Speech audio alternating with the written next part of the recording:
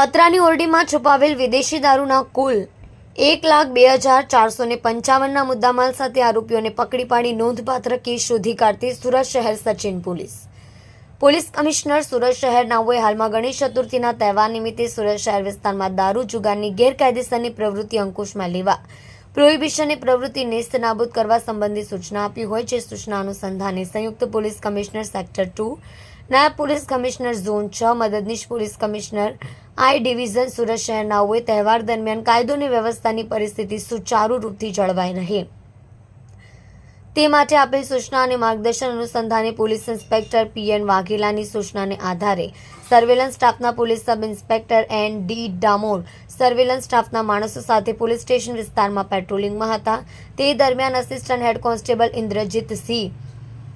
અમરસંગ વનાર અને assistant police constable Narendrasinh Vajesinh નાઓને સંયુક્ત બાતમી મળી કે સચિન પારડી મહાત્મા ગાંધીનગરમાં આવેલ પ્લોટ નંબર 14 તથા 15માં દિલીપભાઈ નાયકાની પતરાની ઓરડીમાં વિદેશી દારૂનો જથ્થો સંતાડી રાખેલ છે અને 2 ઇસમો હાલ તે જથ્થો સગેવગે કરી રહ્યા છે। બાતમી હકીકતને આધારે બાતમીવાળી જગ્યાએ રેડ કરી પતરાના ઓરડીમાંથી વિદેશી દારૂનો જથ્થો સગેવગે કરતા આરોપીઓ રાજુ ઉર્ફે મામા રમેશભાઈ રાઠોડ ઉંમર 35 ધંધો મજૂરી રહેવાસી જૂનો હળપતિવાસ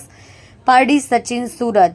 જાવેદ અખ્તર શેખ ઉંમર 40 ધંધો મજૂરી રહેવાસી પ્લોટ નંબર 51 મહાત્મા ગાંધીનગર પારડી સચિન સુરત ને પકડી પાડી તેમની પાસેથી ભારતીય બનાવટની વિદેશી દારૂની અલગ અલગ બ્રાન્ડની કુલ નાની બોટલ નંગ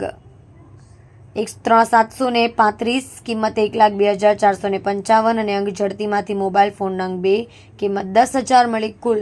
1,12,455ના મત્તાનો મુદ્દામાલ કબજે કરી વિદેશી દારૂનો જથ્થો આપનાર દિલીપ શુકરભાઈ નાયક રહેવાસી નવો હળપતિવાસ પારડી સચિન સુરત નાઓને વોન્ટેડ જાહેર કરી તેઓ વિરુદ્ધ Sachin police station C part 2024 the Gujarat નશાબંધી અધિનિયમ 1949 તથા ગુજરાત નશાબંધી સુધારા અધિનિયમ 2017ની કલમ 65A E 8381 મુજબનો નોંધપાત્ર કેસ શોધી કાઢી આગળની કાયદેસરની કાર્યવાહી કરી છે।